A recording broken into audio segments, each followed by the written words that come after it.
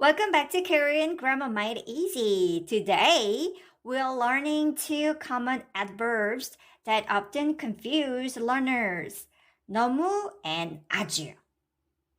In English, both can sometimes sound like very, but in Korean, 너무 and 아주 carry different feelings and intentions. Let's make this clear and easy. Here's the simple rule. 너무 equals to, often negative or excessive. 아주 equals very, positive or neutral emphasis. Think of it this way.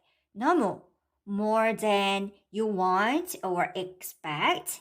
아주, strongly, clearly, or pleasantly.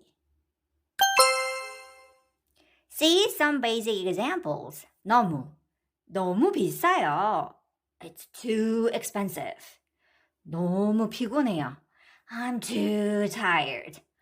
너무 커요. It's too big. 아주 좋아요. It's very good. 아주 예뻐요. It's very pretty. 아주 바빠요. I'm very busy. Imagine these scenes.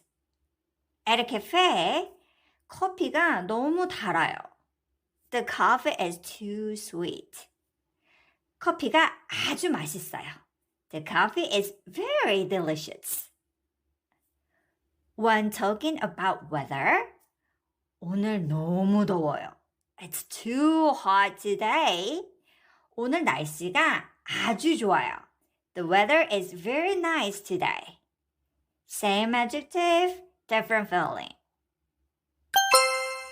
A common mistake is using 너무 when you want a positive meaning. 너무 좋아요. This can sound negative or ironic depending on context. 아주 좋아요 conveys clearly positive nuance. Another point, 너무 can sound emotional or dramatic in spoken Korean, but it still implies too much in many situations. So ask yourself, is this pleasant emphasis or excessive feeling? In casual speech, Koreans sometimes use 너무 in a positive way. 너무 예뻐요. So pretty. But in careful or polite speech, 아주 is safer for clear positive meaning. When in doubt, choose 아주. Quick review. 너무, too much, excessive.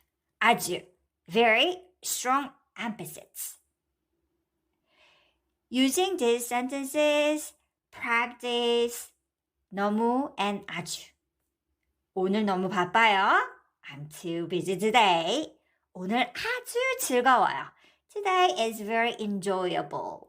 Leave a comment with one sentence using 너무 and one using 아주.